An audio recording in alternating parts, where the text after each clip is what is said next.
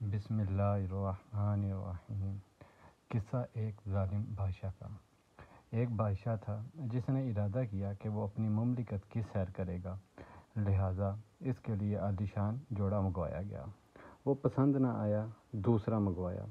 غرض بار بار کے بعد نہایت پسندیدہ جوڑا پہن کر سواری منگوائی گئی۔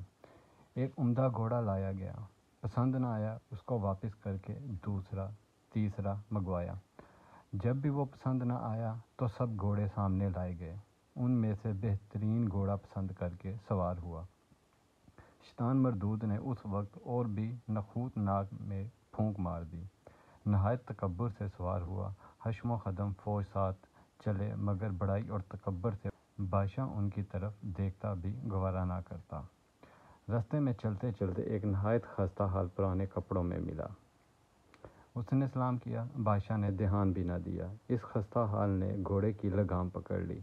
بادشاہ نے اس کو ڈانٹا کہ لگام چھوڑ، اتنی بڑی جرات کرتا ہے۔ اس نے کہا، مجھے تجھ سے ایک کام ہے۔ بادشاہ نے اس کو کہا، اچھا صبر کر، جب میں سواری سے اتروں گا اس وقت کہہ لینا۔ اس نے کہا، نہیں، ابھی کہنا ہے، اور کہہ کے زبردستی لگام چھین لی۔ بادشاہ نے کہا، کہہ۔ اس نے کہا، بہت راز کی بات ہے، کان میں کہنی ہے۔ بادشاہ کان اس کے قریب کر دیا۔ اس نے کہا، میں ملک الموت ہوں، تیری جان لینے آیا ہوں۔ یہ سن کر بادشاہ کا چہرہ فک ہو گیا اور زبان لڑکھڑا گئی۔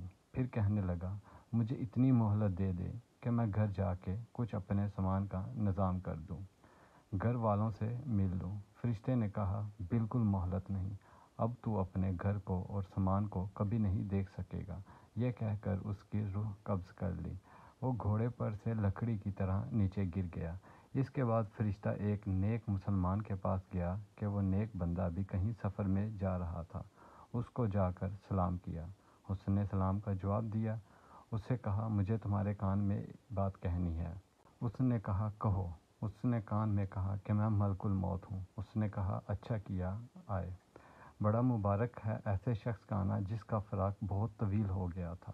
مجھ سے تو جتنے آدمی دور ہیں ان میں سے کسی سے بھی ملاقات کا اتنا اشتیاق نہ تھا جتنا آپ کا تھا۔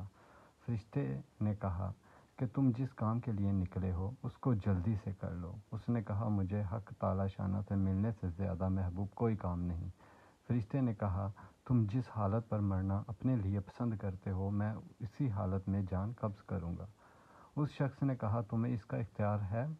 فرشتے نے کہا، مجھے یہی حکم دیا گیا ہے کہ تمہاری خوشی کا اتباع کروں۔ اس شخص نے کہا، اچھا، مجھے وضو کر کے نماز پڑھنے دو اور جب میں سجدے میں جاؤں تو میری روح قبض کر لینا۔